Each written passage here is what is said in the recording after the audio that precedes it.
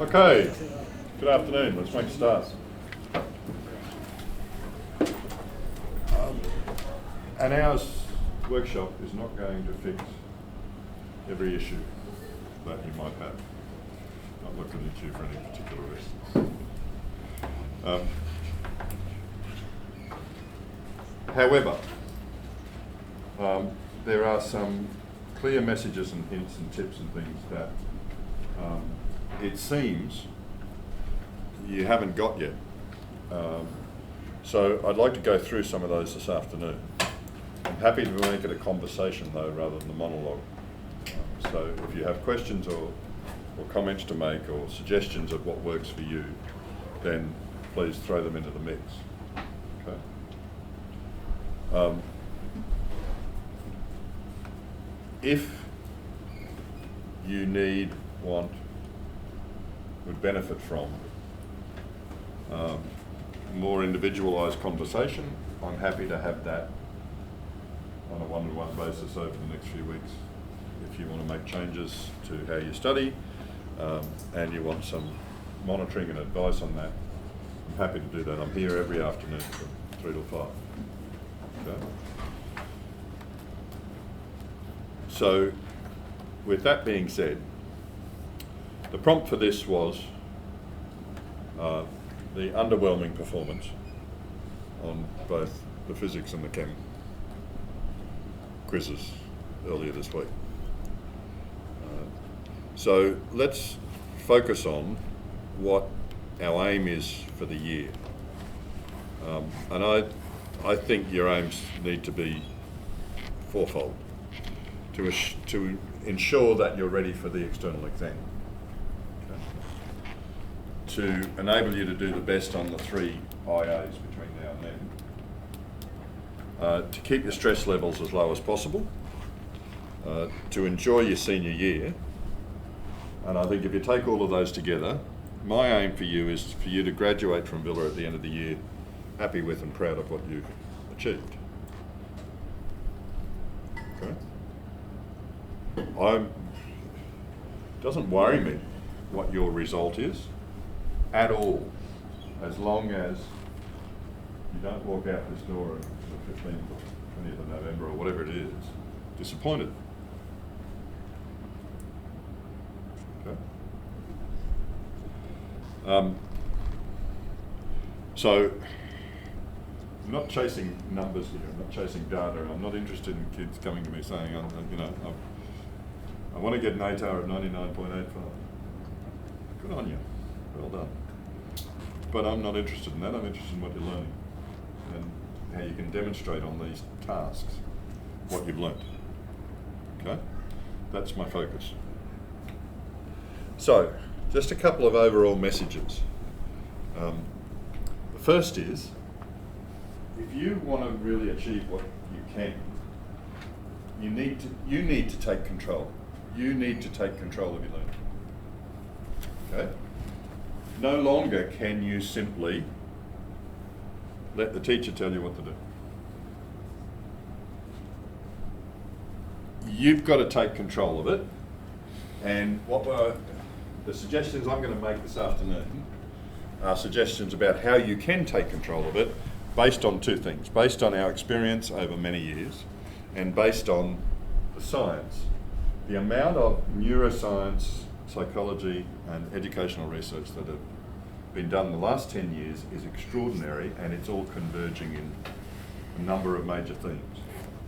And this afternoon, whenever something is specifically coming out of the research community, a little research flag will pop up on the screen, okay? Just to remind me that that's a research finding. It's not just somebody sitting back in an armchair saying, I think this would be a good thing to do. Right? This is the result of scientific study, and since we're studying sciences, it's best to take notice of what the science says. Okay? This is the first point that comes out of the research. If you make the effort to decide what it is you need to know and what it is you need to be able to do, then you will retain that information better over the long term and you'll perform better on those tasks. So, what do I mean by take control of your own learning? use all the tips and things that we do this afternoon, use the other strategies that you're using, but you look at it as your job this year. Your full-time job this year is to get to the end of the year, to get in physics, in chemistry, in bio, I'm just concerned about the sciences, to get to October, ready for that exam, with as many marks as possible under your belt already, and ready for that exam. Not ready to start studying for that exam, but ready for that exam by the end of September, by the holidays. So you come back with 3 weeks, and that's when you put the cream on, not when you start studying. That's when you go for the extra. Okay? How do you do that? Well, you take control of what you're doing today. Okay? Now, I'm not picking on anybody around the room, but taking control of what you're doing today is not using excuses. Don't tell me you've got a maths exam, don't tell me you've got a legal studies exam. And that's why the performance on the quiz was crap. That's not. The reason the performance on the quiz was crap is because you didn't study. Okay? You knew it better in November than you do now. Okay? Right, so take control. You be in the driver's seat is the key thing. And that means you've got to think. You've got to act maturely. You've got to be a grown-up here. You've got to say to yourself, all right, it's Friday afternoon. I'm buggered from the week. George has got a workshop on. I'll go along to it. I won't go home. And that's a good start. You've made a step. Okay? When you go home tonight, it might be your part of your study plan that Friday nights are always off. That's fine. If it's not, you might not feel like doing any work. Do half an hour. Do 45 minutes. Don't do 2 hours. But do something. Take control of what you're doing, not just coast along. Not just hoping and wishing that everything will be okay. Okay? Not just doing what the teacher says, assigns, what work the teacher assigns, but doing what you need to do. Okay. Because you need to expect it will take time. Okay? Now, I've had conversations with some of you, and some of you do 3 or 4 hours work a night, and I know some of you do half an hour's work a day. Okay? Maybe not guys in this room, but some of our cohort would be lucky to pull up 20 minutes. That doesn't cut it. There's just no way. Okay? The expectation in year 11 and 12, and in particular year 12, is that if I'm teaching you physics, I've got 3 hours with you during a week, I expect you to spend another 3 hours at home. Okay? I've got 4 periods, that's roughly 3 hours. I'm expecting you to do another 3 hours per week. And that is best done, as we'll see, 20 minutes, half an hour for each class lesson, and then a larger block, separate. So on average, if you take your whole senior package, that means you're looking at 3 hours plus per night, plus time on weekends. Okay? I was talking with Jamie the other day. We both had a similar experience in year 12. I said, you know, it was 3 or 4 hours a night, all day Sunday. So 6 hours during the day on Sunday, another hour or so at night. If you're not prepared to put in that time, then you're not going to see what you can do. Okay? If you're not prepared to put in that time, you're doing a part-time job. You didn't do anything on Saturday? Sorry? Saturday I didn't do anything on Saturday. Saturday was my day off. Okay. Okay? Various things on Saturday. Most of you guys got sport on Saturday or whatever. But how you schedule that is entirely up to you. You know? I know guys who, when I was at school, who would go home at 3 o'clock and do their 3 hours till 6 and then have the rest of the night off. I couldn't do that. I would go home at 3 o'clock or whatever. I actually go home at 5 o'clock after the library closed. And I wouldn't start work again until 7:30 or so. I had to wait. I had to, have a break, have dinner, and then 7:30 the household quietened down a bit. And I'd work from 7:30 till 10:30, go to bed at 11, get up at 7. Whatever works for you. That didn't work for me when I went to uni because I didn't get home till about 7:30.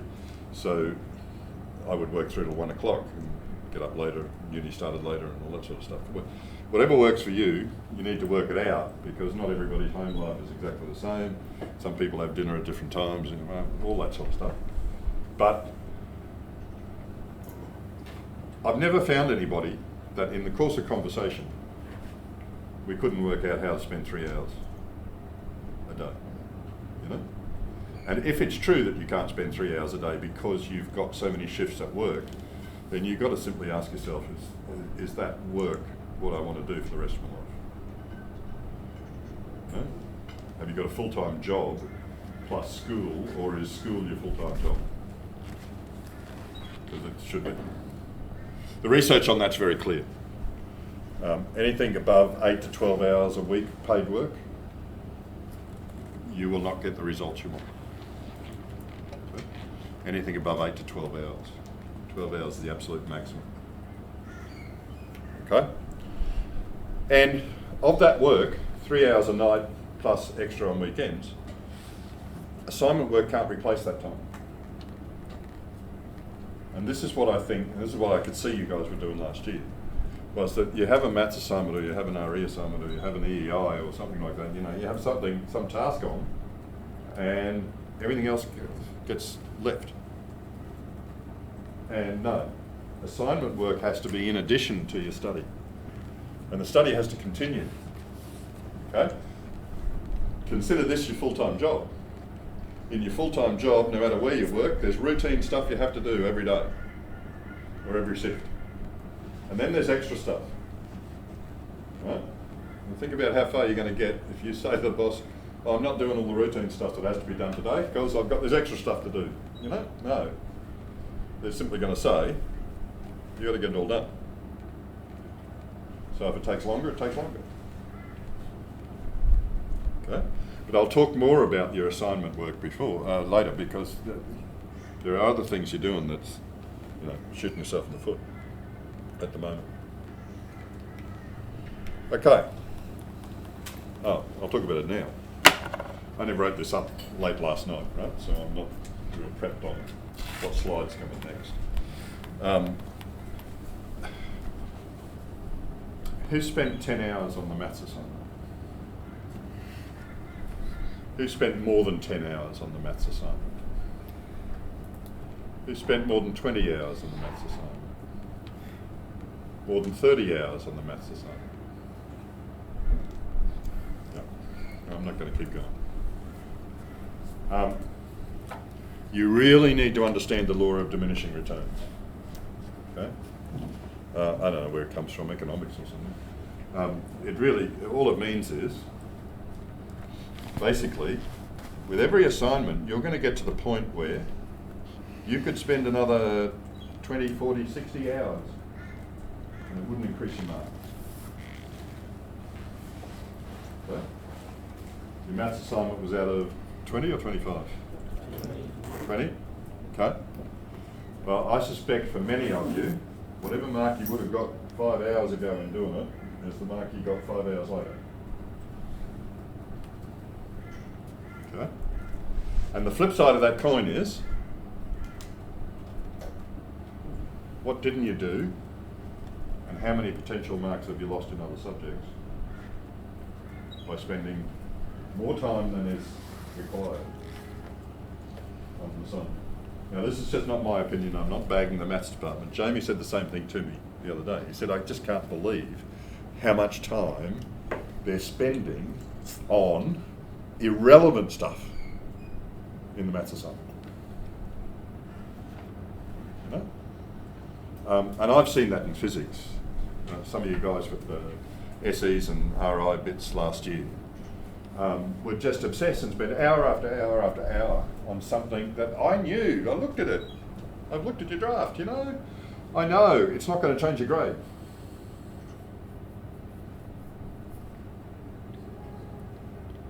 But I was concerned that, what aren't you doing? What else aren't you doing? Because you're spending all that time on that task. You know? And somebody said to me the other day, yeah, so, okay, but the maths is a summative, physics is not summative. Physics was diagnostic. My response to that was, the physics was diagnostic of summative material, which means you just can't see the damage you're doing at the moment. You'll see it in October. Okay? Because it's not being assessed summatively now, it's being assessed summatively in October. And how you do in October is not dependent on what you do in September. It's dependent on what you do now. It's dependent on what you did last November. It's dependent on what you do next Tuesday, next Wednesday, next Thursday. Okay? So just be very careful of the law of diminishing returns. It's a hard thing to make a call on. It's incredibly hard to make a call on. Okay? 11's the next door, because it requires wisdom, and I haven't got wisdom, so I'm not expecting you to have wisdom, but somewhere in there you've got to make a call and say, look, I've done the damn best I can on this assignment, and spending any more time on it is not going to get me another mark. Yeah? I've got to get back to other things. But the overall thing is, you've got to treat assignments as addition to your normal study, not replacing it. Okay? In terms of it taking time, try and get regular time. Try and get into a regular pattern if you're not already. 7:30 till 10:30, 4 nights a week, Monday, Tuesday, Wednesday, Thursday, take Friday night off. Whatever your plan is, set it up, get it regular, put it on the fridge. Okay? So that the household knows, Jack's busy that period, won't disturb him. Your household doesn't quite work like that, try another strategy, but make it clear. These are the boundaries. Okay? In that conversation with Jamie, it was a whole lot of family things are on Sundays. Well, in my senior year, I just didn't go, except unless they were something major. I didn't go to normal Sunday lunch and all that sort of stuff that we did every week, because Sunday was my day. And if I didn't get that time, I didn't get work done. Now, you've always got to make compromises and all that sort of stuff. That's sensible. So be sensible with your timetable, but make a timetable. Plan regular time. Okay? If this is not part of your experience to date, just know that the research says a habit can be formed in 2 weeks. If you can push yourself to do it for 2 weeks, it can become a habit. Okay? And it will then become much easier to actually do, because it's normal. It was so habitual for me that during the week I would not watch TV. Okay? Now, TV was a bigger thing when I was a kid than it is for you. Like, we sat down around the TV and watched the TV after dinner at night. My grandmother lived next door. She didn't have a TV, so she came over to our place and they would sit down and watch, cop shows and what have you. When I was 17, that was a big thing after dinner. Colour TV had only just come in fact, 1975. So in year 10 for me. And it was a big thing to not sit down each night. I didn't watch TV during the week. Okay?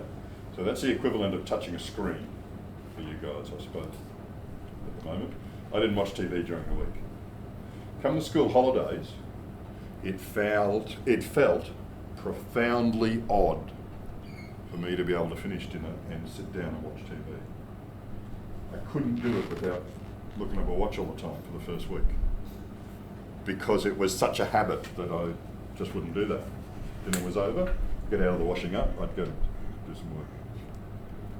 And the same thing of 2 weeks to form a habit, on like 2 weeks on the holidays, do you reckon the habit would be? To break it? Yeah. Yeah, no. It probably takes you 2 weeks to get out of that mindset. Yeah. Yep. But it doesn't necessarily take you 2 weeks again at the start of the next term to get back into the routine. You know? Sort of like riding a bike. Just get back on. Okay. I'm going to talk about what I think what you should do in class, what you should do at home, and what you should do with these dot point things. That's the rest of the day. Okay. So in class each day, you're looking at coursework. Obviously, those three things. Be prepared for your class, make sure you've got everything with you, be actively involved, get the most out of any time spent, any task done. In class, if you can avoid one of those things, avoid it. Okay? Right? You guys are taking notes on what I'm saying. Right? The research is very clear. You take notes on a pad, you will do better than you take notes on that. This afternoon, but that pencil and paper, anytime you can, use pencil and paper. If you want to be smart, if you want to be clever, if you want to increase your brain power, if you want to get better grades, use paper and pen. That's what it comes down to. Okay? That is not true if you're doing a CAD assignment or something like that. Obviously, you know, if you need to use the computer, you use the computer. But, you know, that's why I tell you, bring this along to class so that you can work with paper and pencil and you don't have to have the computer open. It's just better. Physically. It's just better. And the senses, work with it, and that's how you learn. Okay? Make your sole goal for each period to understand and be able to do what's being taught. That's got to be your aim. You walk out the door only when you understand something, only when you understand what's going on, what's being taught, what the purpose of the lesson was. Okay? Your purpose in class, when you're doing the coursework, your purpose in class is to understand and be able to do. It's not to have a great set of notes. All right? And that's why, for example, in my classes, I stop you from writing while I'm speaking so you can understand it. Then you jot down, and I try and move the slide on so that you've got to jot down in your own words, not just write down verbatim what I've written up. Okay? The class period, all about understanding. Now here's a tip from the research. At the end of every class lesson, write something in your diary. Even if there's no need to, even if there's no work assigned. Write something in your diary. What are you going to write? What are you going to write?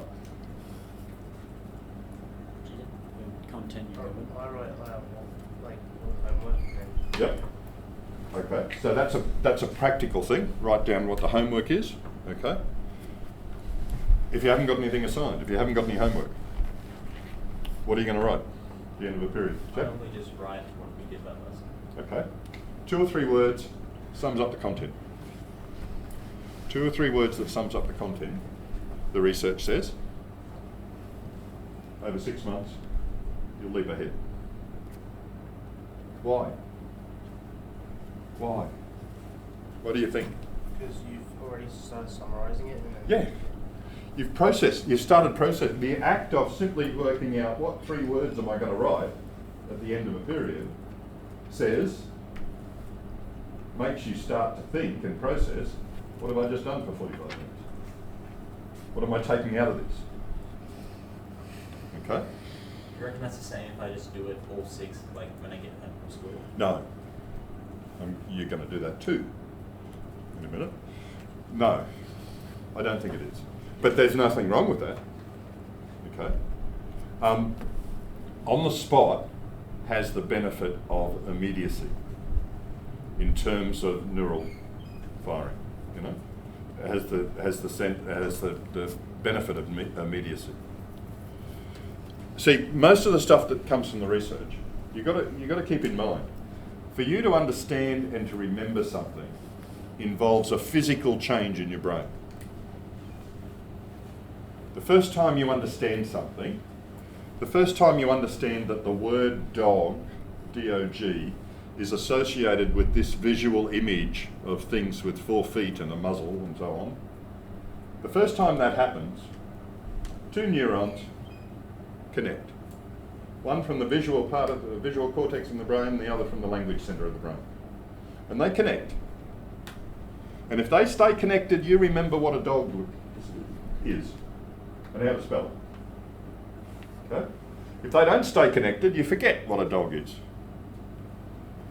Now, how do they stay connected? They stay connected by strengthening that connection between the 2 cells. Okay?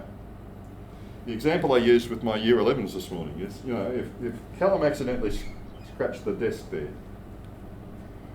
one day, and then nothing else happened with it, eventually, you know, friction would just remove that scratch.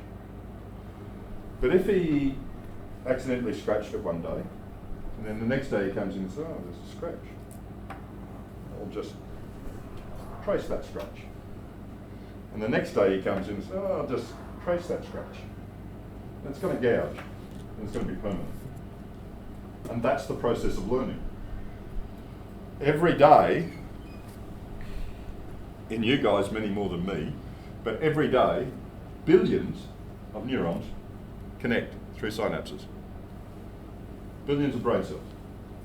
Every time you hear something, see something novel, something new, 2 cells connect. If you do nothing with it, they drift off. It's called neurological pruning, because you can't maintain that rate of development. Okay? In fact, you are losing during this period, 11 to 25, you are losing quite a significant number of your brain cells. Not through drinking or anything like that, just because adolescence is a period of pruning. Things that you don't use, skills that you don't use, knowledge that you don't use, abilities that you don't use, are pruned. You have fewer brain cells when you go into adulthood than you did as a child, but they're much more connected. And that's the purpose of education, is to make them much more connected. Now, anything that strengthens and reinforces those connections between the neurons makes learning successful. It's like gouging the desk. Right? The desk is never going to be the same if every day Callum comes in and scratches over that scratch. The same thing with your learning. If you regularly revisit things, that's not going to get pruned. Okay? So, something as simple as, at the end of every period, write down 3 words that describe the content of the period, what it was about, is reinforcing that. Going home and doing it again, even better. Okay? Looking at it a week later, even better still, as well, you know? Okay, so a lot of what I have to do and say about the work at home is actually research-based. Anything about what to do in school before I move on to what you should be doing at home? Any questions or comments or anything about that? If you've made a note, write 3 words at the bottom, you know, you're going to forget next few days.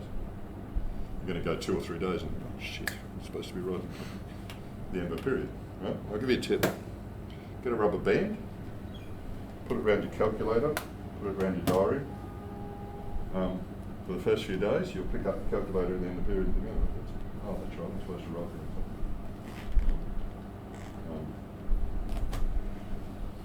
Something out of the ordinary that you've got to take off. Rubber band around your pencil case. And I'm trying to stop these. Put a rubber band around it. Then you don't do things automatically. It just stops you. You know? Just little tricks. Okay. Anything about classwork before I go? Okay. Yep. Should we have a separate book for keeping summaries, like a little small one. You mean notes from class? Yeah, like those 2 or 3 words, or just like. Oh, I'd just put those in your diary. Yeah. It's not important to keep those. It's the act of writing them, Yeah. thinking what they are and writing them that's important. Yeah. Right?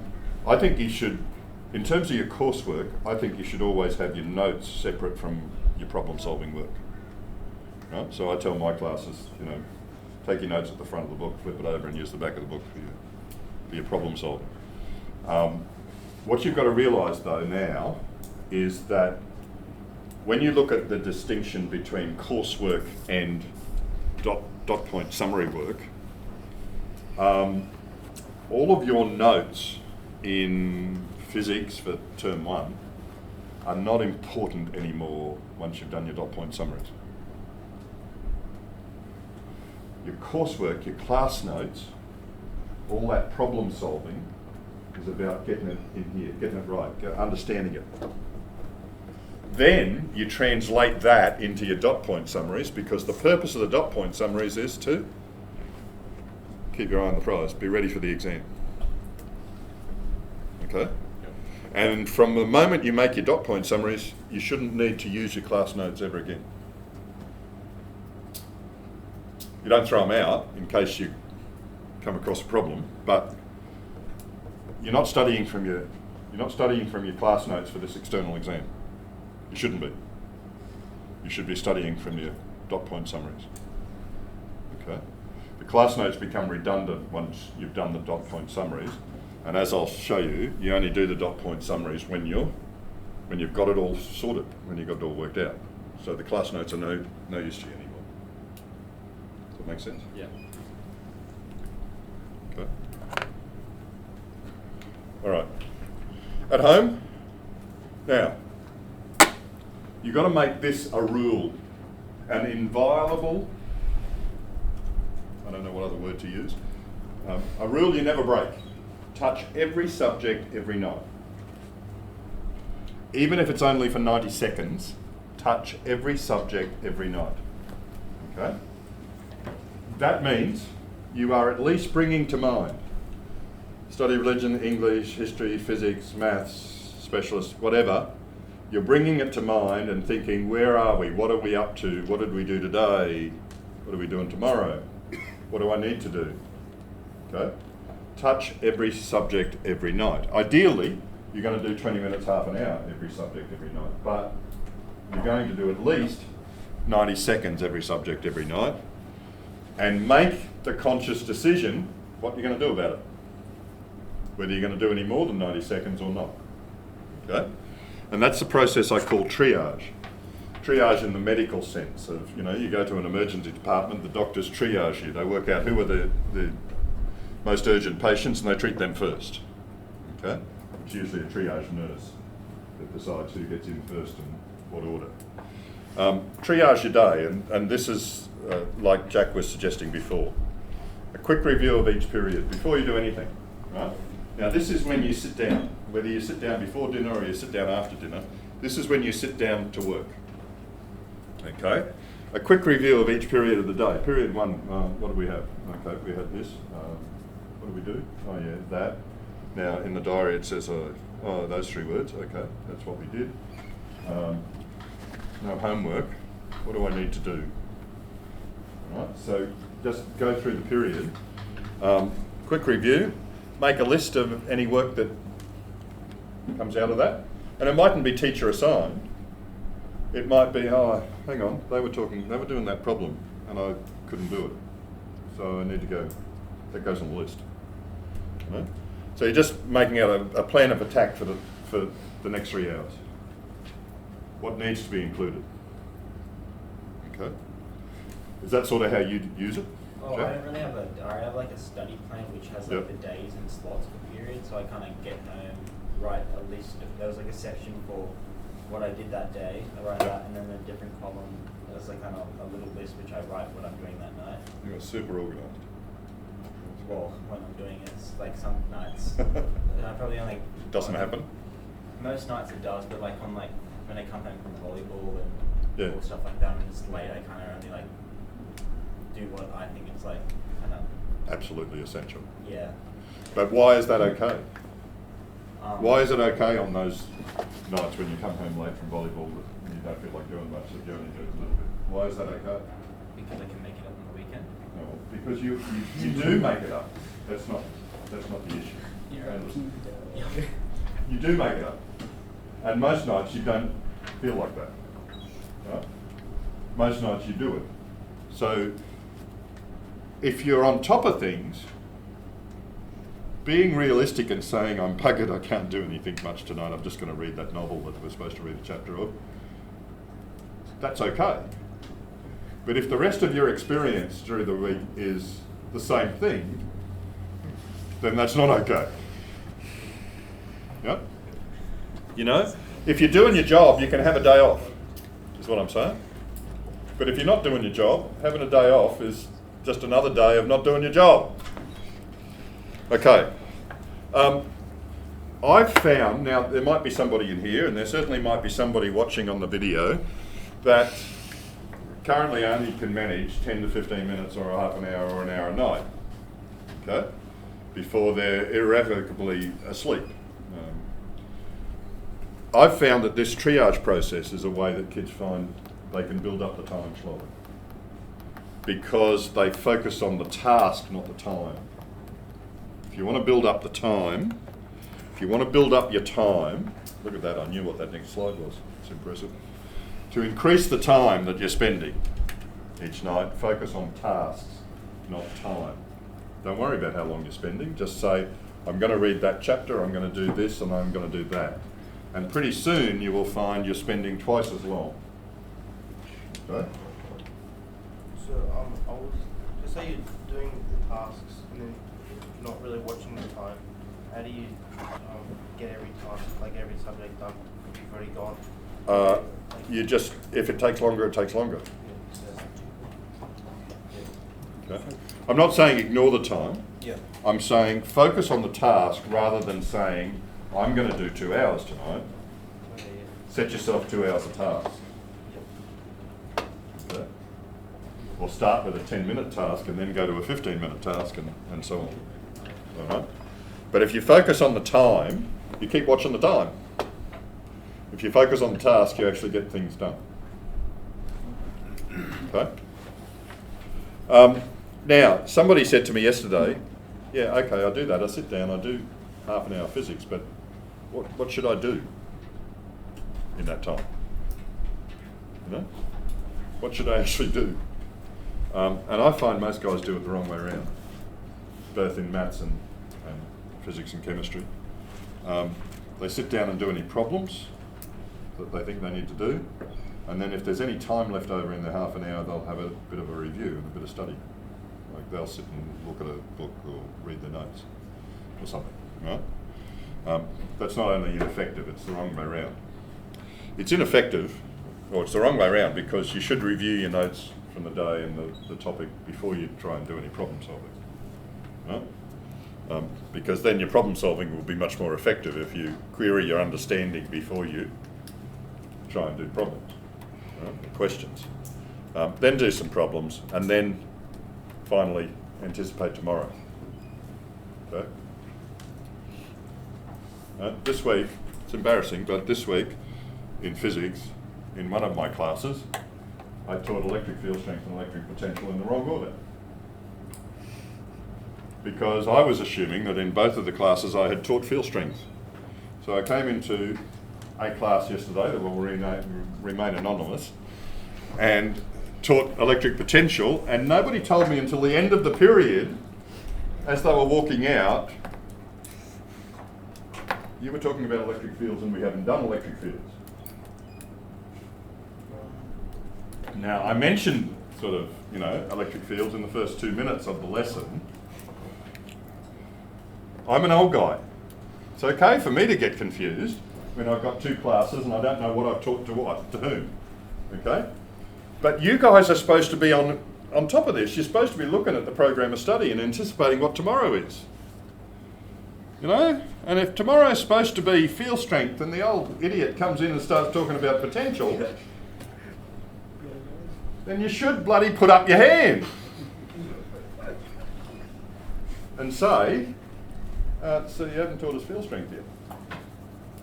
You know, making a joke of it, but the point is real. If you're going to take control of your learning, you need to know what you're doing.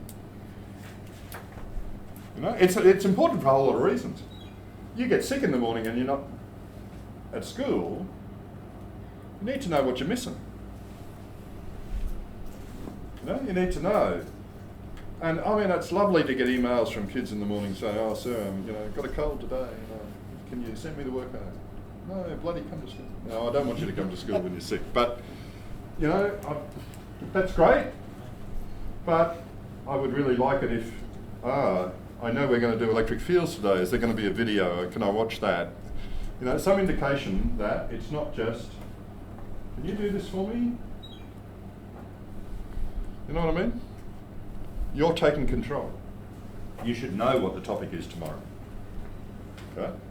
You should know what the topic was yesterday. You should know how it all fits together. Because we've done it for you. It's sitting on the program of study in chemistry, physics, biology. It's all there. Sequence. Yes?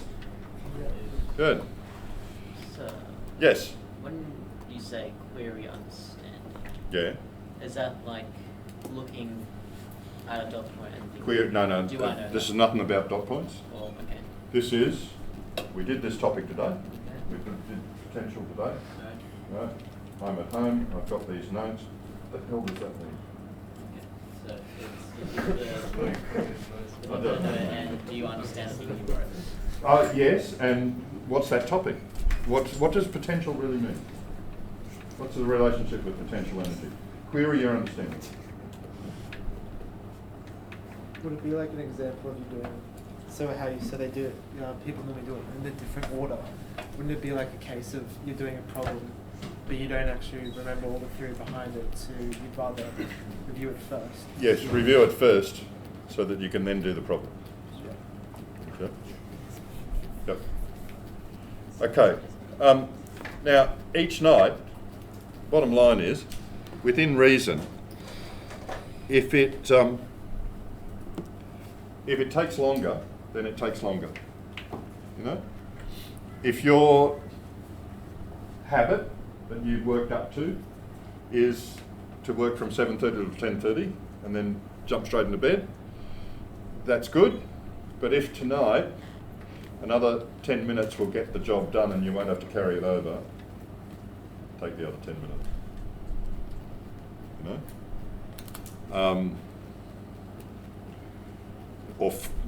Take the other 10 minutes. And I say within reason, obviously.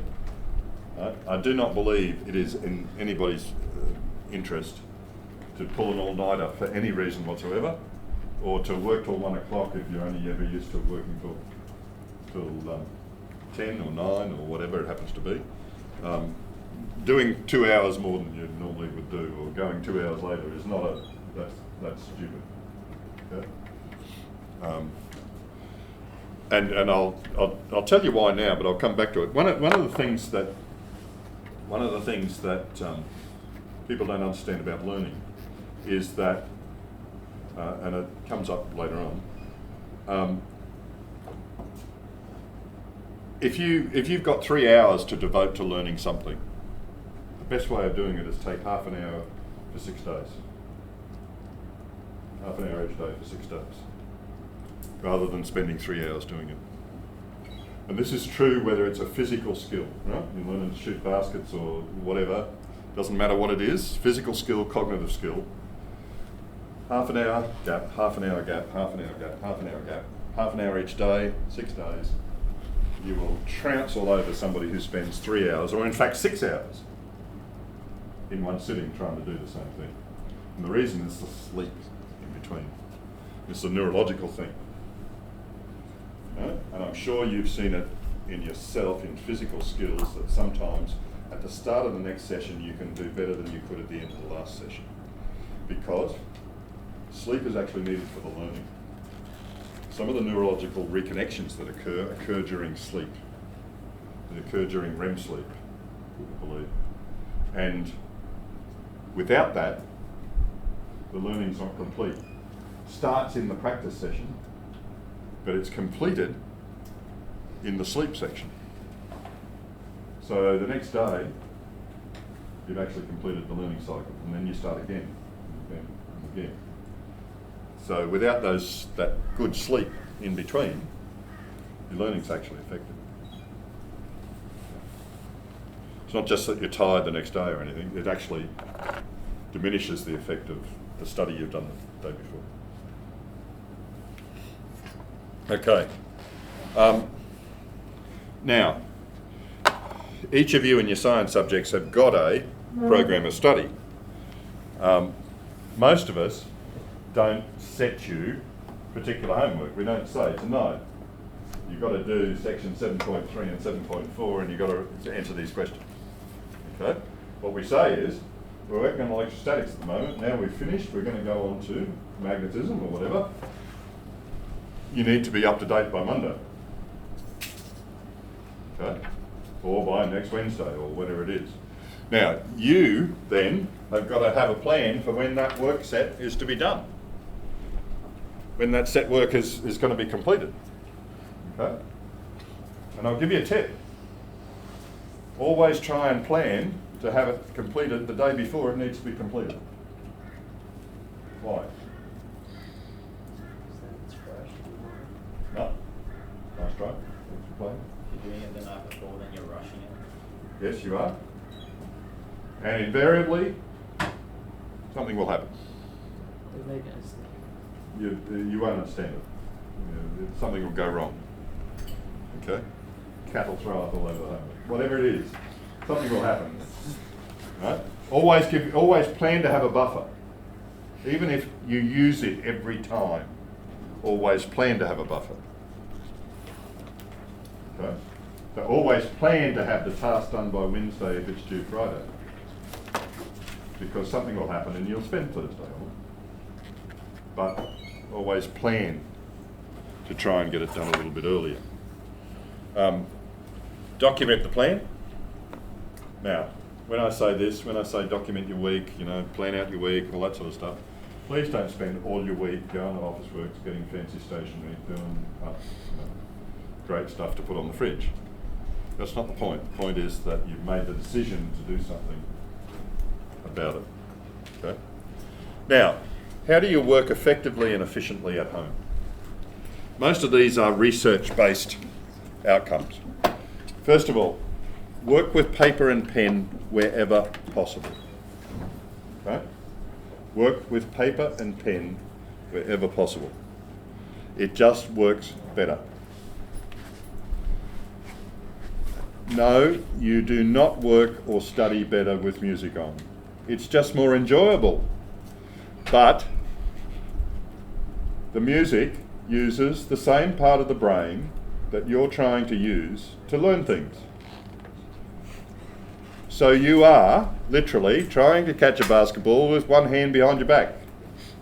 You are handicapping yourself by playing music. Now there's one exception to this. If you are a sculptor and that's your task, go ahead and listen to music. Okay, while you are sculpting. But any other cognitive work, if you say to me, it's more effective, I work better, it drowns out, bullshit. If you need to drown out, get noise cancelling headphones and don't play anything through them. Right? That'll drown out the noise. No. If you want to listen to music, that's fine. Listen to music before you start work. Not while you're working. You are reducing your bandwidth, your cognitive bandwidth, if you listen to music. What about white noise in like school and stuff when it's real loud? I'd get noise cancelling headphones. The little noise cancelling earbuds that I wear, I go on the train a lot, up to my family and so on, and I just don't like conversation, so I put these, I'm a rude individual. I put these noise cancelling earbuds in and I can't hear a bloody thing because they're really good. I don't play any music. I just turn them on and they take noise away. I've never tried white noise, I don't know. It doesn't have it doesn't have a rhythmic pattern or a lyrical pattern or anything like that, so it shouldn't use those parts of the brain. Huh?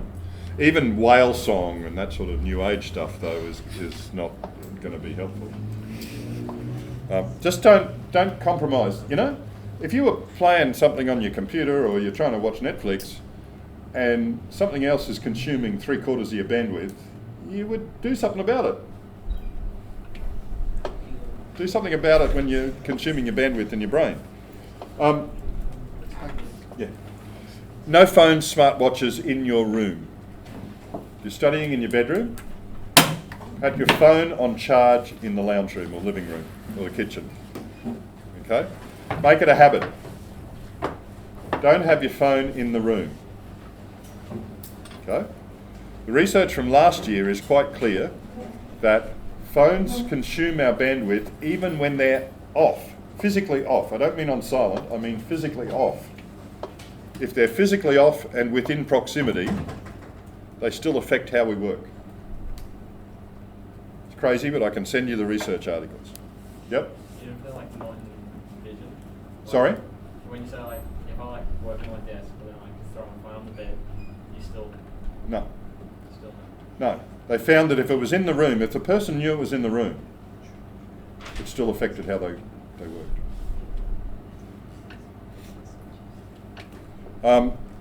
Obviously, computers on only if necessary. Don't automatically sit down at home and turn the computer on. The computer being off, your room have the same effect? No, it doesn't. And I think that's to do with the fact that you don't regularly look to your computer for notifications and social contact as much as you do for your phone, I think. And don't like Instagram during school, obviously.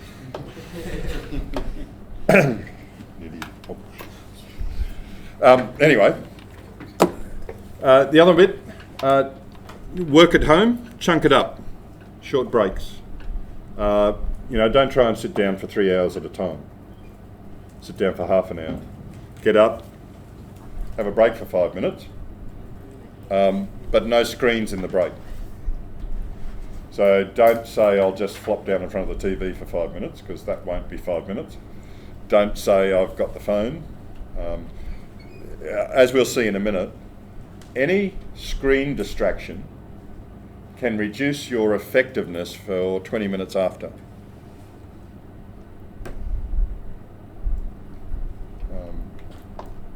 And that's, every distraction, every screen distraction. So what they timed was people working in an office with their cell phones on silent and turned over, but they could hear them buzz. And every time a buzz came through, their work efficiency dropped for the next 20 minutes. It took 20 minutes to get back up to in flow, work in flow. Okay? So your phone goes off 5 times, you've lost your whole night. Sorry, Lockie? I said like that would never happen. Yeah, you don't have 5 friends. Or one friend who wants to have 5 conversations with you. Okay. Which one of each was this? 11 messages. Middle point here. Think about how you're working. Right? With each question, stop before you move on and just say, and this is particularly, I've said this to many of you with Gardner questions, The purpose of doing Gardner questions is not to have a book full of solved Gardner questions. The purpose of doing questions like this, or in chemistry from Smith and Fox and so on, is to learn something. So when you go like this and, oh yeah, right, don't just move on. Think about what you're doing. Ask yourself, what was the point of that question? How could I change that question? Any one of these, not all of them, any one of these questions is fine.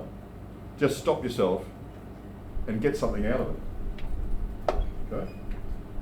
Otherwise, you're just manually creating a book of work solutions with little point.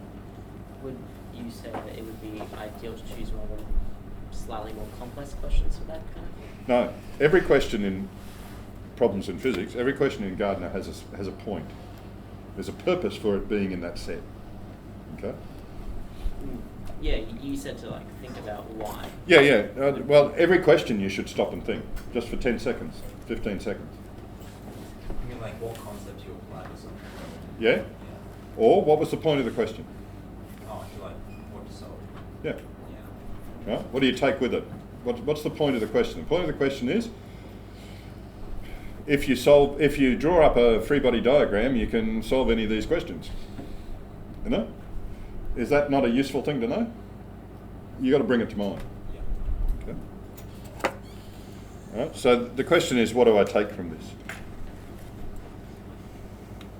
All right. Multitasking does not exist. Okay? No such rubbish. We cannot multitask. Human beings cannot multitask. We pretend we do, but we can't. You're best to always to do one task at a time. Right? One thing at a time. Have a schedule and stick to it reduces stress.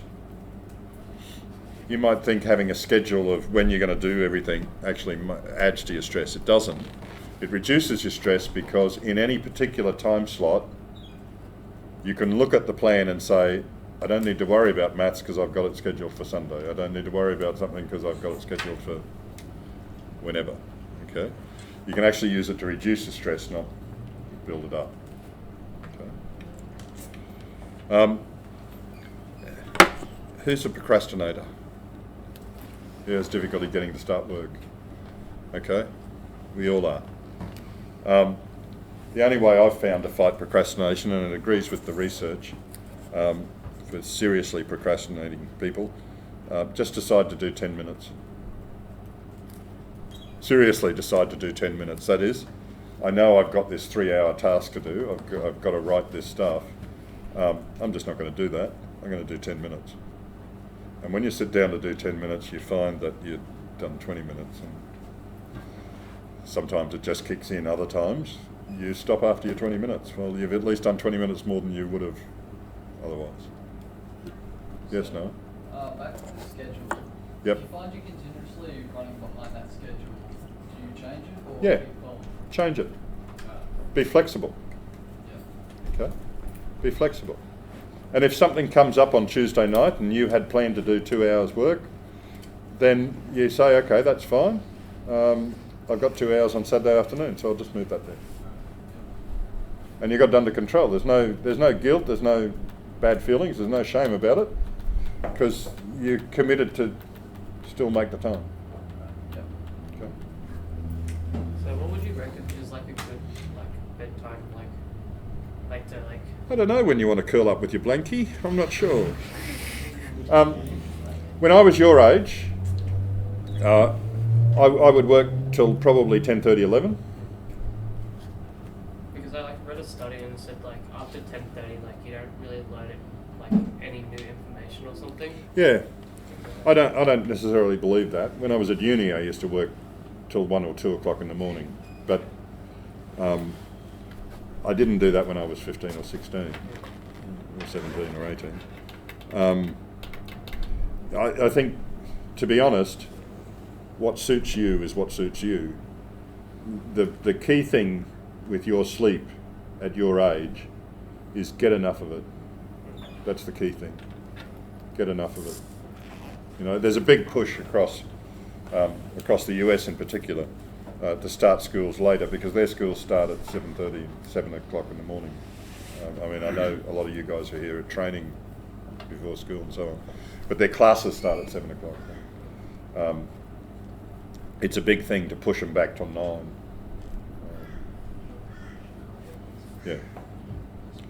Okay, so let's just take 30 seconds. You think of any questions about home study and homework before I go on to finish off with dot point summaries. So, I'm the kind of person who will say, alright, I'm gonna do this right now, let's do these questions, or let's do this subject, and I don't know why, it's just that I tend to take a very long time on very little. It might take me an hour to finish 2 problems, or it might take me 3 hours to write a quarter of a paragraph. My brain just goes off in different places, isn't quite there. How do I Is that So you're talking about distractions. distractions? The way you think is a distraction. Yeah. How can I sort of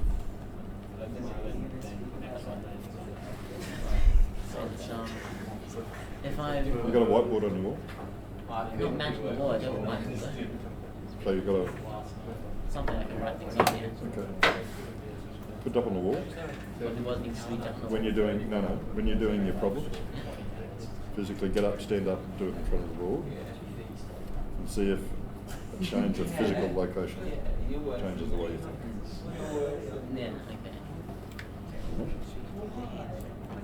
That's why I have whiteboards around here. Yeah. Some guys over the years have not been able to work at a desk without working very inefficiently. But they're able to stand up there and get it done like that.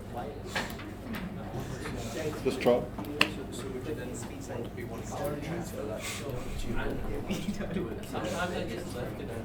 It depends what the purpose of the task is.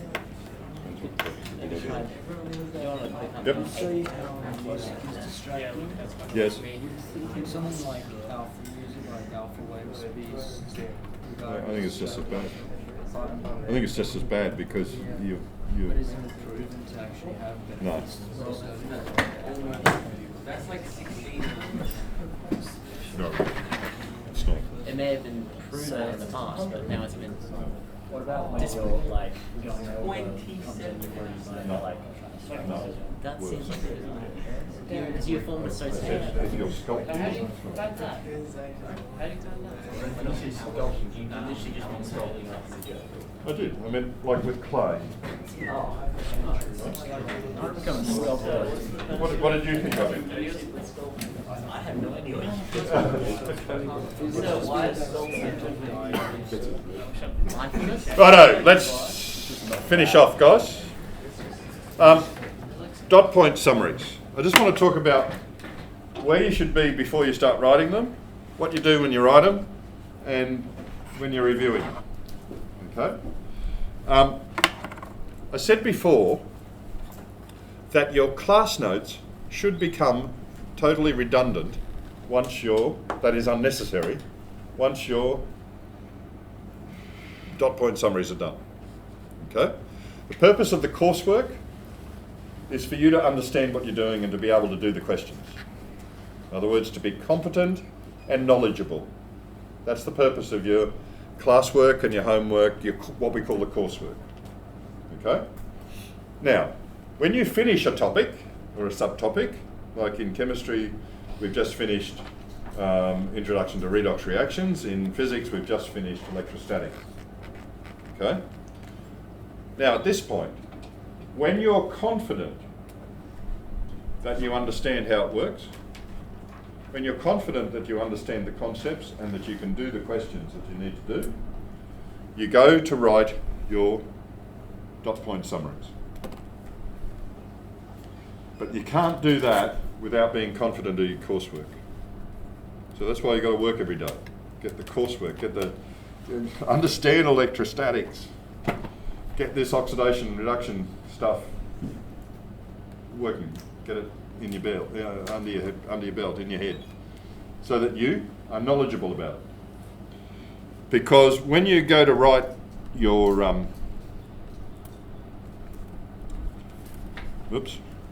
when you go to write your dot points, the main resource you bring to that task is your understanding of the work. The other resource you bring is maybe your class PowerPoints, your textbook, and your class notes. Okay? But the main resource you bring to that task of writing the dot point summaries is your understanding, your competence.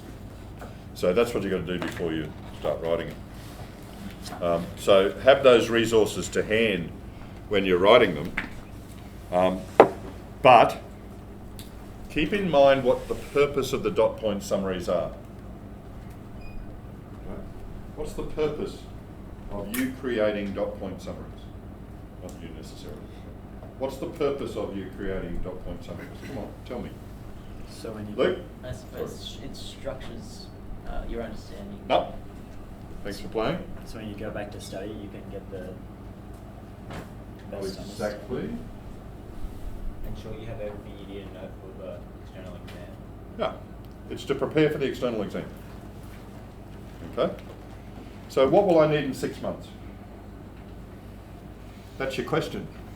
Every time you sit down to write a dot point summary, what will I need in 1 month, 2 months, 3 months, 4 months, 6 months? Because in 6 months' time, I've got to demonstrate I'm the expert on this dot point. What am I going to need? What am I going to need? Okay. What will be useful to know to be able to do? And flip side, what could I be likely to forget? Okay? Because what's the trap when you're writing dot point summaries? It's this. You're writing dot point summaries at the peak of your understanding of this work. You've just done this work. It's all fresh. It all connects. It all makes sense. And you're writing dot point summaries. You're writing dot point summaries so that in 1 month, 2 months, 6 months, it will still make sense, but it's not going to have that freshness. So the question is, what do you need to put in the dot point summaries so that in 6 months' time, this is still useful to me? Okay? And that's where diagrams and things and sketches and set yourself a goal of never using more than 5 words in a row or something like that, you know? Don't write paragraphs on dot point summaries. Don't make them dense and long and so on. Because if you do, you may as well just keep Nelson's textbook, because they do dot point by dot point through the chapter, right? But your dot point summaries, if you do that, your dot point summaries will be as useless as studying from the textbook. Okay? My overall advice to you on writing dot points is everything you need but nothing more. And always use a diagram if you can, use a flowchart if you can, use some infographic if you can, use 3 words if you can rather than 16. What about when it's like the definition? Yep. You need Okay. to like Obvious exception. If it is a defined whatever, then you're going to write the definition. Okay. What about the solve ones? I'm just like, Okay. The solve ones means you need everything in there to remind you of how to work all those types of problems. So you need the formulae. You need any obvious shortcuts and checks. You need, I think, if there's a classic type of problem. For example, in physics, in electrostatics, if you've got solved problems on electric field strength, well, there's a classic type of problem which says find the point between or outside 2 charges where the field strength is 0. So you put down that, do a diagram, do your vectors, show how you do it. You have it there, so in 1 month, 2 months, 3 months, you think, oh, this is a classic problem, isn't it? Yes, I need to know how to do that. Does that make sense? So you might say for projectile motion, you might write things down like you like treat your horizontal and vertical vectors separately. Yeah. Hints to yourself. Okay. Include what you need, but only what you need. Don't make them as long as your textbook or you're wasting your time, because they're not going to be useful to you. Right? By October, remember, you're going to want to have gone through and reviewed these dot point summaries 100 times.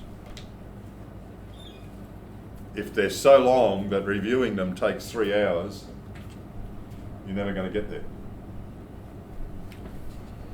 Okay, so when you're reviewing them, now I've already sort of covered this, spacing out review helps. So I suggested the 11s today, if you were going to, once you've got dot points done, if you were going to review them every week, I'd do, you know, physics this week, bio that week, chem this week, and that would get the physics reviewed every 3 weeks, the bio reviewed every 3 weeks, so on. And I said to them, I'd suggest set aside a regular time in your schedule. You know? From 2 to 5 on a Sunday afternoon is dot point time. And do that.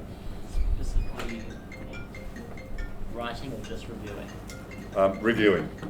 Separate an extra slot of Reviewing's not writing. 20 minutes, yeah. Okay. So the spaced out review is much better than mass review. So do it through the terms. Okay. Spaced out. I'm going to put this PowerPoint up on Moodle, right? So you can, if you miss anything, that's fine. You can get it later on. And I'm also going to put the video up, but you can flick through the PowerPoint if you want. Spacing out is much better than massed study. Okay. I would also suggest when you're reviewing dot points, start in different places. Otherwise, you are going to have a fantastic understanding of motion in 2D and not necessarily something that was in the middle of the course. You know? Don't always start at the same point.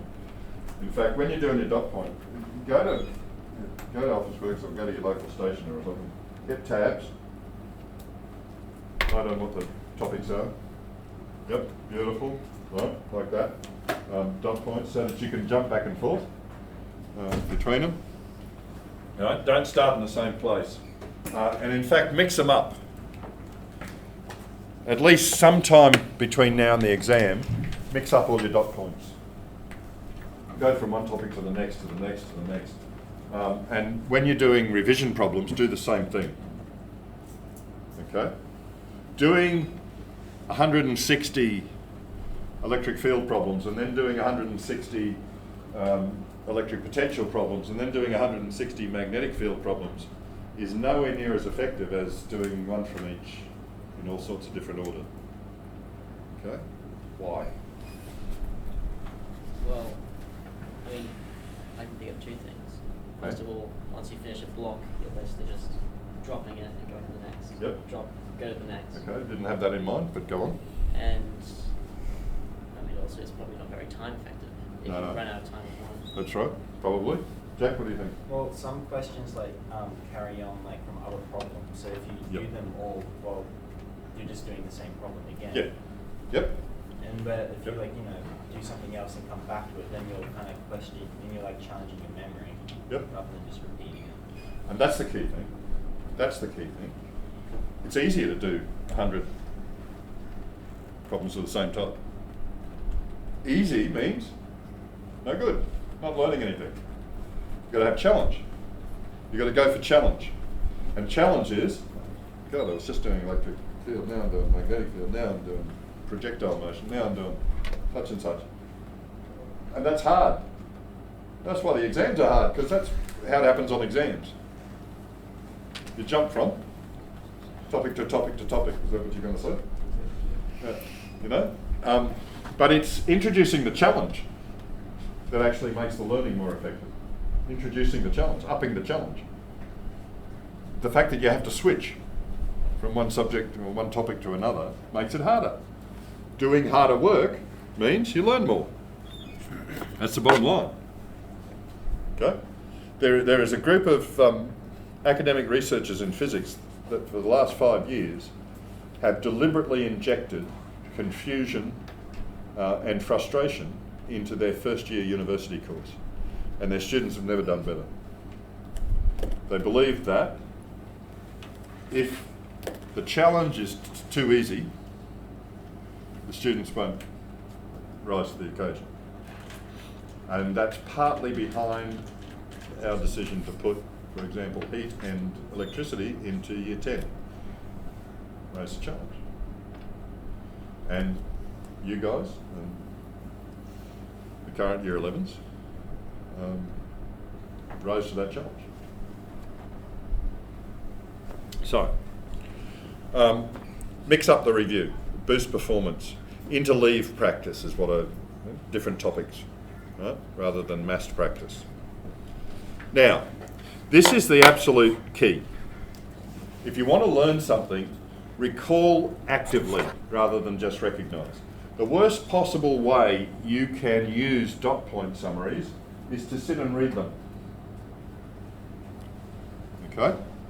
No, you need to recall actively. The only way you can learn things effectively is to have to bring them to mind. Now that means, this is why these things work so well. Flashcards. Because you look at one side and you've got to try and recall what the definition is. Okay? Active recall. It's why you quizzing your neighbour is really effective. It's why trying to write summaries from memory is really effective in terms of learning. But it's only effective if you check. Sorry, on the bottom. It's only effective if you check. You know, if it says here hydrochloric acid, oh, the formula for that is, oh, that's HNO3. I don't need to look at that. Well, you're just learning the wrong thing, right? So you've got to recall and check. But however you recall, that's the key to learning stuff. Long term. Okay? So flashcards is one possibility, but not everything lends itself to flashcards. Cover the summaries and recall. I used to do this when I was at uni, and I didn't know why it was so effective. I didn't have a whiteboard in my room, I had a blackboard. I didn't have whiteboards in those days. But I had a blackboard in my room and I had a desk. Okay? And if I wanted to learn stuff, I would have my book on the desk, and I'd look at the topic, and I'd walk away, and I'd see what I could create on the whiteboard, on the blackboard. See what I could remember, put it all together, draw a flow diagram or something. See what I could recall. And when I think I've got it, or if I got to a point where I know there's something I'm missing, I'd just have a glance back and check, and then I'd come over here. Right? Absolutely useless just sitting there reading them. You've got to bring them to mind. You've got to try and recall them, which is why answering questions and so on is useful.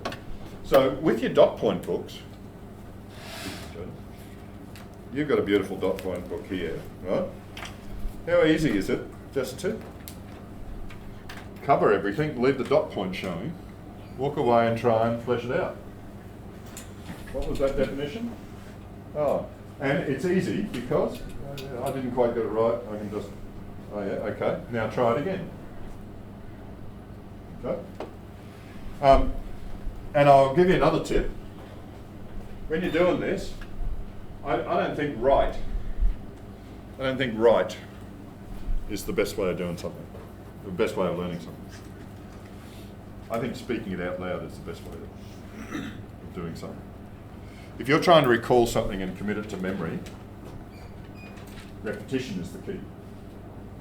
The number of repetitions you do increases the likelihood that you're going to remember this long term.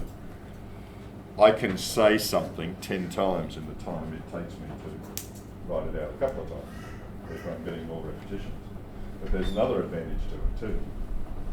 I'm sure you have all had the experience of sitting somewhere, writing or reading, and realising within 30 seconds or so that you're thinking about something entirely different. Right? Because you can copy notes out of a book without it going through the language centre of the brain. Okay? It goes from the eyes to the motor nerve, and you can become a human photocopy machine without consciously taking any of the information in. Okay? However, I defy you to say what's on the page out loud and have your mind drift off. Right? It is because you're using the language centres and the language centres are controlling the motor centres. You can't get distracted. You can't drift off if you're saying it out loud. Now, I know you might appear crazy talking to yourself in your bedroom at night or whatever, wherever you study, but saying it out loud is much quicker, much more effective, and you can't get distracted. Much better than writing it out. Okay? You want to go for repetitions. Giving up, Age? Frightened you off? I see you, man. Okay, so to learn things off, repetition is the key, and as I said, say it out loud. Also use visual stimulus on your dot point summaries. Okay. Use visual stimulus to try and recall it. Get yourself a whiteboard. Put it up on the wall in your room. It actually gets you up and active, and that can help as well. Okay. Finally, before we look at attitudes and values, any questions about how to use the dot point summaries? Their purpose is very clear. Their purpose is to prepare you for the external exam.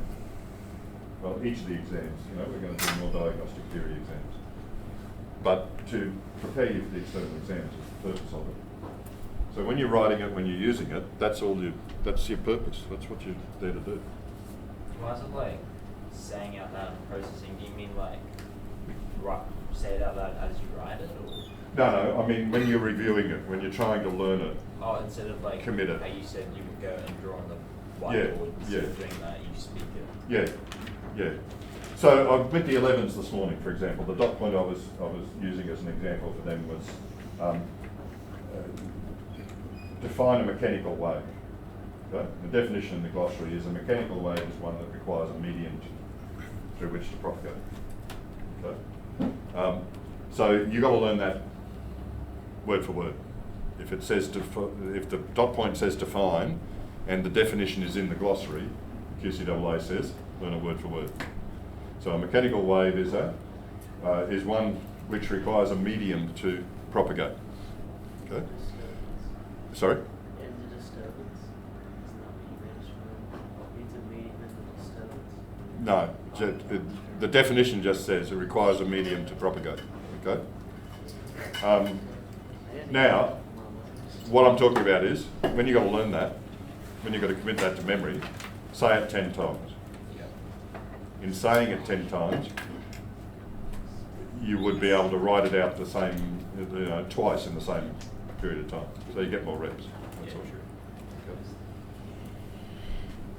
Okay. All right. Okay. Let's finish off. 5 minutes. I'm going to surprise you here. Just looking at the big picture of how do you be an effective and successful student.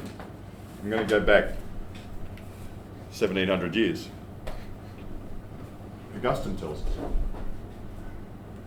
the 4 key Augustinian values tell you how to be a good student.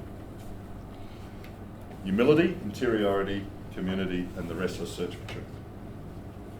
Those 4 values are not just pencils in the junior school. They're not just slogans around the place. Okay? I seriously believe that you can't go past one of the greatest scholars of all time to look at how you learn things. Okay? Humility, first up. It actually goes in sequence: humility, interiority, community, and restless search.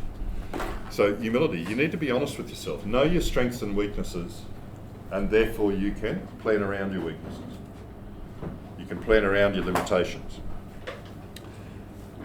Be willing to learn from others. Don't be too proud to ask.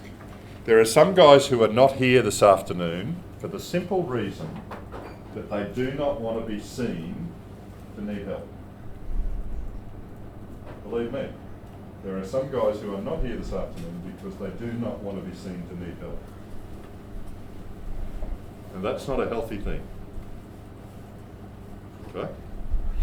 Be willing to learn from others and don't be proud to ask for help.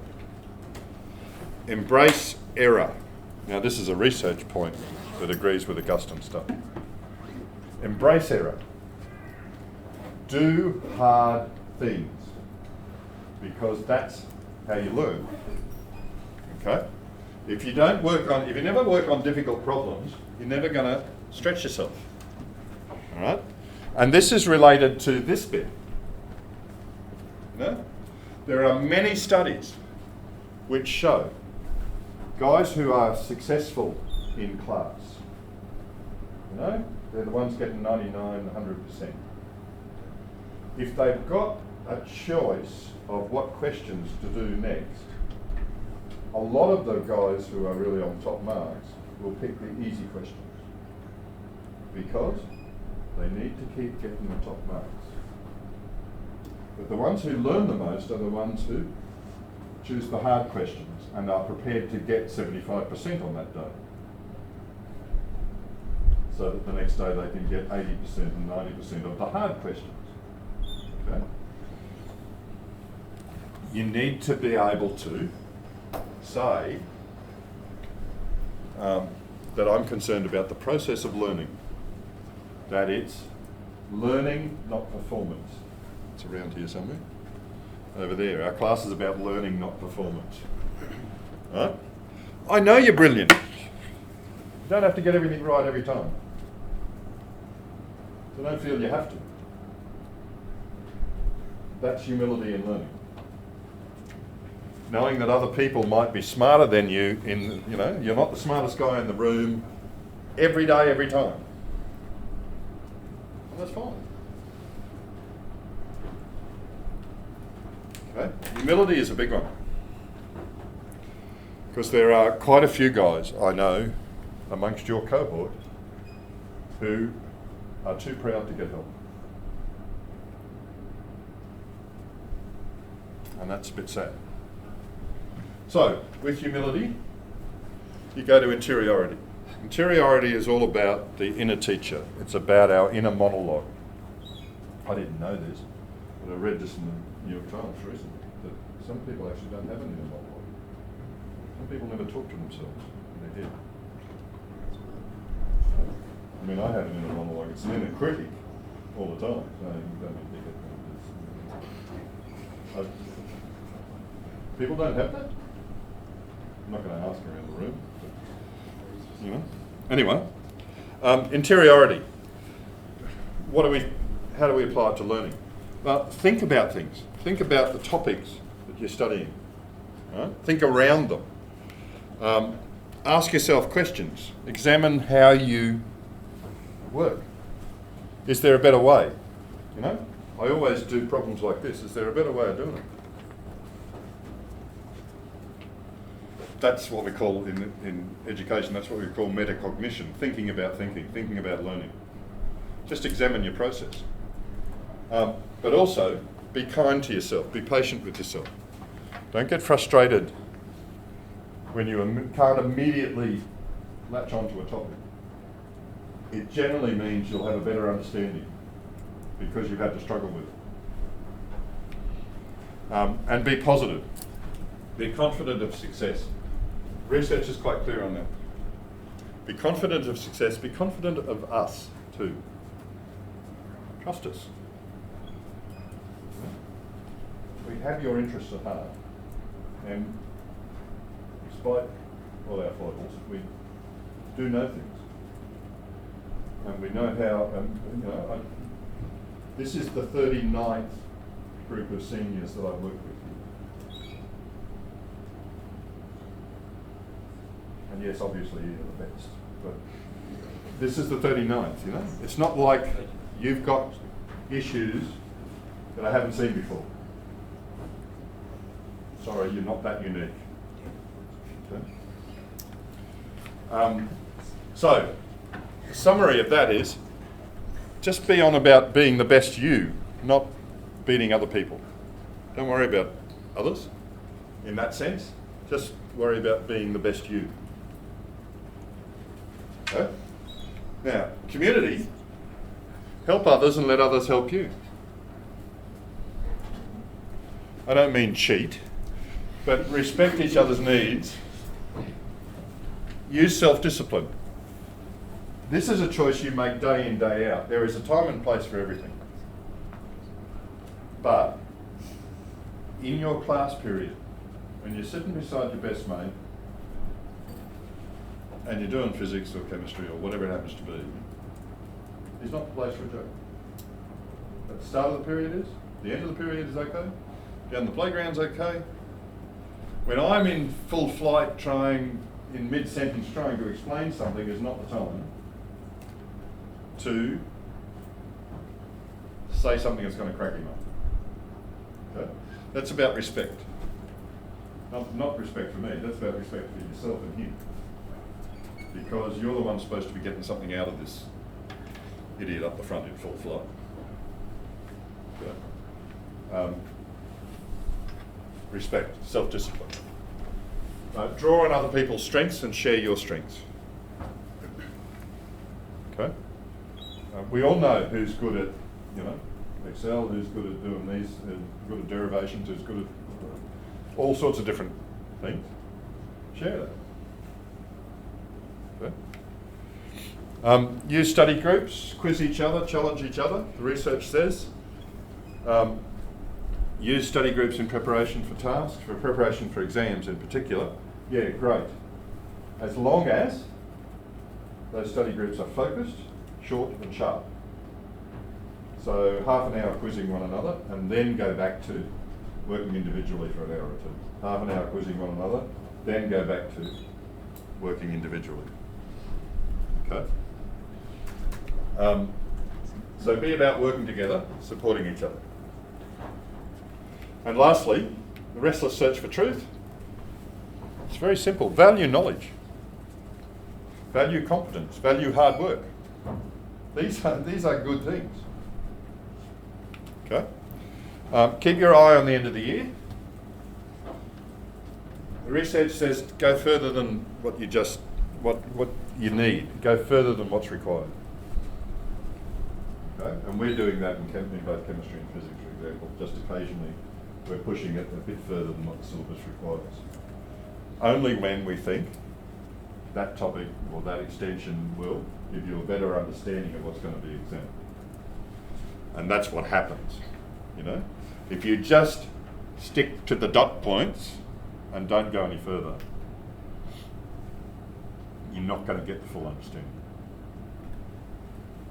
Yep. In saying that though, since you're not putting all the extra stuff in your dot points, wouldn't that also affect your understanding then when you go to revise it? No, I think I take your point, Jack, but I think that the little bit extra that we do, is designed so that your dot point summaries are richer than they would otherwise be. Okay? But when I wrote this, I also meant, this is for you, not for just what we're doing in the course. Go further than what's required. So if I've set Gardner problems, maybe you want to have a look in John Coley. If I've set Smith and Fox problems, maybe you want to have a look in Pearson. Go a bit further. And this is the key one. Key one for the restless search for truth is grunt work. Do the grunt work. Don't just jump to the glorious problems. Don't just jump to the famous stuff. Do the grunt work. It's a key part of getting there. If there's 16 problems, make sure you can do all 16 problems. You may not have to do them, make sure you can do them. There's a difference. Okay, so be about aiming high, doing hard things. Hard things, good. Hard things, good. Okay, great English. All right. Any questions before I finish? For the community part, for helping others, right? Yep. Is there extent at which you should help other people and focus on your own work? Those two things are not exclusive. Usually helping other people helps your understanding. Usually. Because I noticed doing the methods assignment Yep. that I had 7 to 9 people coming to me just asking me little Yep. simple questions, Yep. and I answer a few, then still. So people it can ask, be, and I just it can sometimes be abusive. zero productivity. Yeah. Yes. And you do need to, it's part of the interiority, it's part of protecting yourself and self-care and saying, look, I'd like to help you out or whatever, but I can't. Yes, there's a limit. It's also about things like, this afternoon is the result of 5 people coming to me this week and saying I need help with study. And I could see that maybe there was another 30 people behind that and I didn't have that time. So I said, let's put on an afternoon. Okay, and I can video it and we can see what that does, rather than meet with potential 35 people in morning tea and lunch and so on over weeks. So yeah, no, you're right. Everything's a balance. Yeah. Lucky. I just wanted to say that I liked how you left electric fields until today, so that we'd get confused and boost our learning.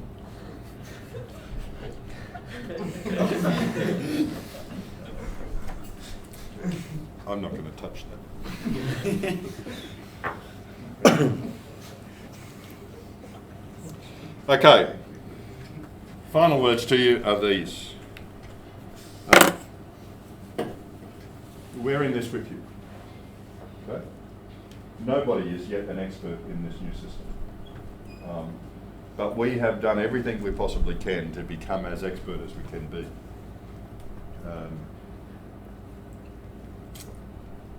And now it's your job to benefit from that. Okay.